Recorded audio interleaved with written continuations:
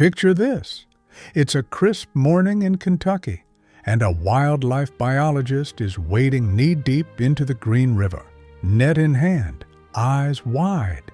She pulls it up, and there, flipping and flashing in the sunlight, is a fish that hasn't been seen in this stretch of water in over a century. She doesn't high-five anyone. She just stands there staring, because sometimes nature does something so quietly spectacular that even the scientists are left speechless. That's what happens when you give a river its freedom back. Today we're diving into one of the greatest ecological comeback stories in Kentucky history, the Green River, the removal of Lock and Dam 6, and what happened when humans finally got out of the way and let one of America's most biodiverse rivers do what it was born to do.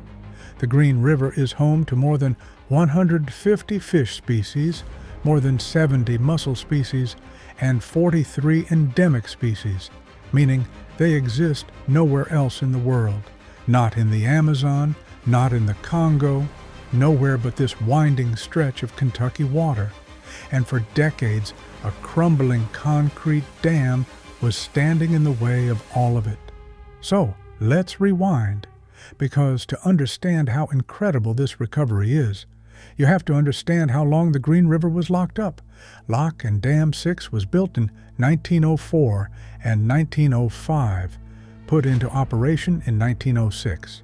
Wooden barges hauled asphalt and sandstone. The Corps closed the project in August 1951, commercially useful for roughly 45 years. After that, it just sat there, doing nothing, blocking everything. That's the definition of overstaying your welcome. Here's the thing about infrastructure built for one era. It doesn't automatically become useful for the next one. It just becomes a problem, a very large, very concrete problem. Think of it like this. Imagine someone put a cork in a garden hose, then walked away for 70 years. The dam created an artificial pool. The river wasn't acting like a river, and it wasn't a lake either. Lower oxygen levels, more sediment, higher temperatures. That's not a river. That's a warm, murky soup that nothing wants to live in. But here's where the story gets good and dramatic, because the Green River wasn't going to wait politely for humans to make up their minds. An uncontrolled breach occurred in November 2016 on Thanksgiving weekend, as if the river itself was done waiting for an invitation to the table. The dam developed a scour hole beneath it, a dangerous situation that brought in Army Corps of Engineers funding. The dam was falling apart from the inside out, and that emergency unlocked the funding and political will to finish the job properly. Federal legislation signed in December 2016 authorized the dam and directed its removal. In April, a crew from the U.S. Fish and Wildlife Service arrived with concrete breakers and track hose. They worked 2 weeks from daylight to dusk, demolishing the 220-foot-long dam and filling that scour hole. 2 weeks. That's all it took to undo over a century of obstruction. The river didn't need a thank you card. It got to work immediately. Just after the last blow destroyed the dam, a great blue heron flew into view from downstream, circled the now free river, and lighted in the water to herald the restoration. You genuinely cannot write that better. Nature showed up to its own celebration.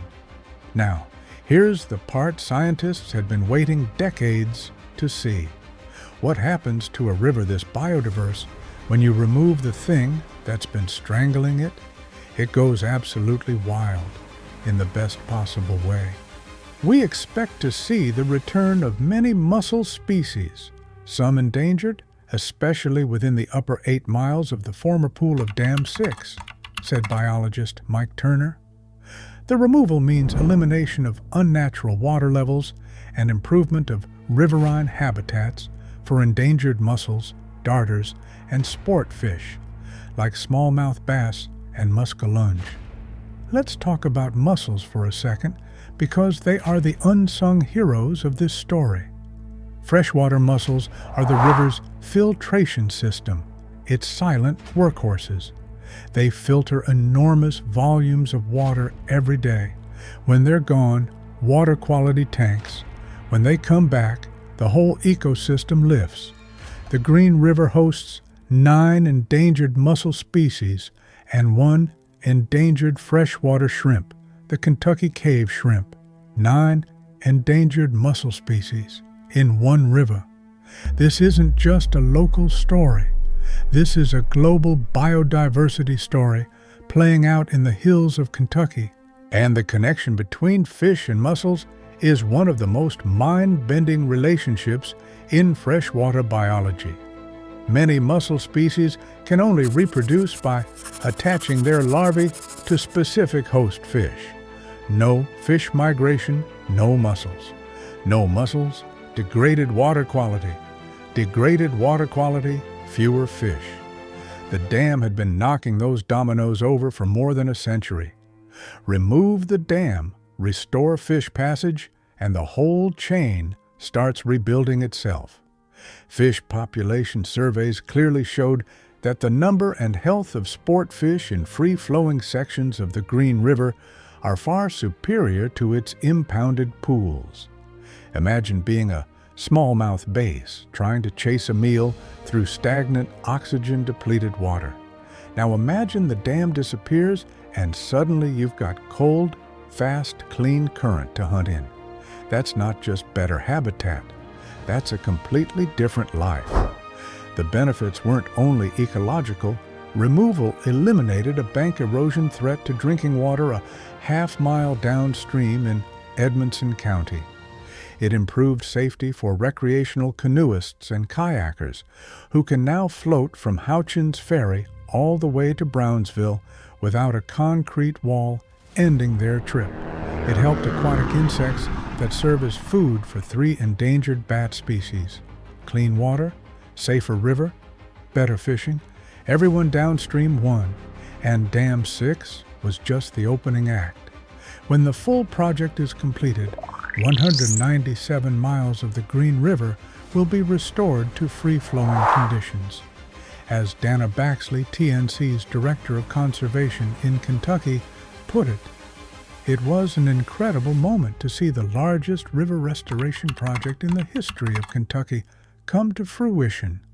We're already seeing benefits for the more than 150 fish species and 70 species of mussels that call the river home." Here's the bigger lesson. Nature is extraordinarily resilient if you give it half a chance. Rivers heal faster than we imagined. Species that hadn't been documented in these upper stretches for generations are showing back up. Mussel beds that were barren are recruiting new juveniles. The water is cleaner, cooler, and more oxygenated. The river is, in the most literal sense, coming back to life. Think about that the next time someone tells you environmental restoration is too expensive, too complicated, or too slow. The Green River didn't read that memo. It started recovering the moment the concrete was gone. A dam built in 1904 for wooden barges hauling sandstone, closed in 1951, crumbling by 2016, gone by 2017. And now, a river that's singing again. Fish threading through currents they haven't touched in over a century.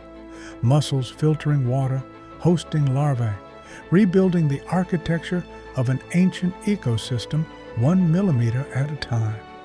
A great blue heron circling overhead, knowing before the scientists did that something had changed. That's the Green River. That's what freedom looks like for a river.